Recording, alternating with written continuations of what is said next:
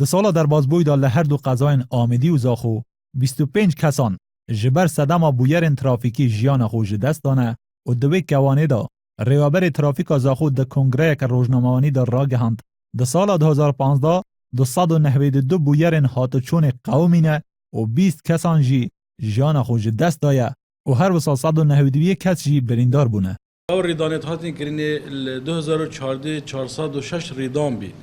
بله 2015 293 ریدان بین 78 ریدان شوان آجی کوید کو 293 234 شوان ریدانا لیگدان بین آنجی کو دعماندنا ترنبیلا بی تلکون برانبری ترنبیلین دی و هر واساجی که 42 ورگرانه ترنبیلا بین و گل 11 ده حسابی آنجی کو پیلیکرنا حسابی و شوان ترنبیلا جی 5 شوان آجی صوتم بین و 20 حالت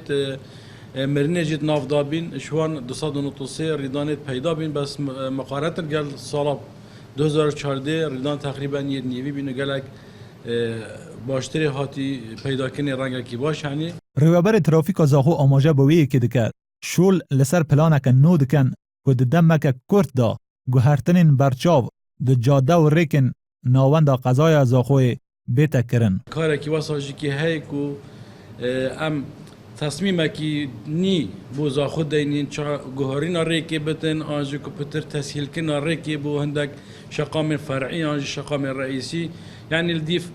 مهلا حتی کو اف پروژه هنی آنجا کو خلاص بینا پری بو هکر هاتو خلاص بی آنجا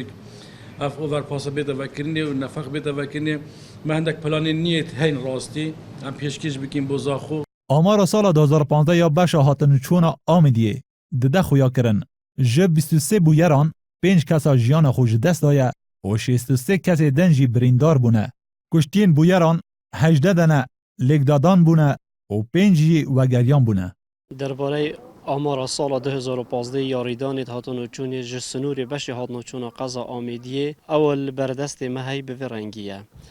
لگدان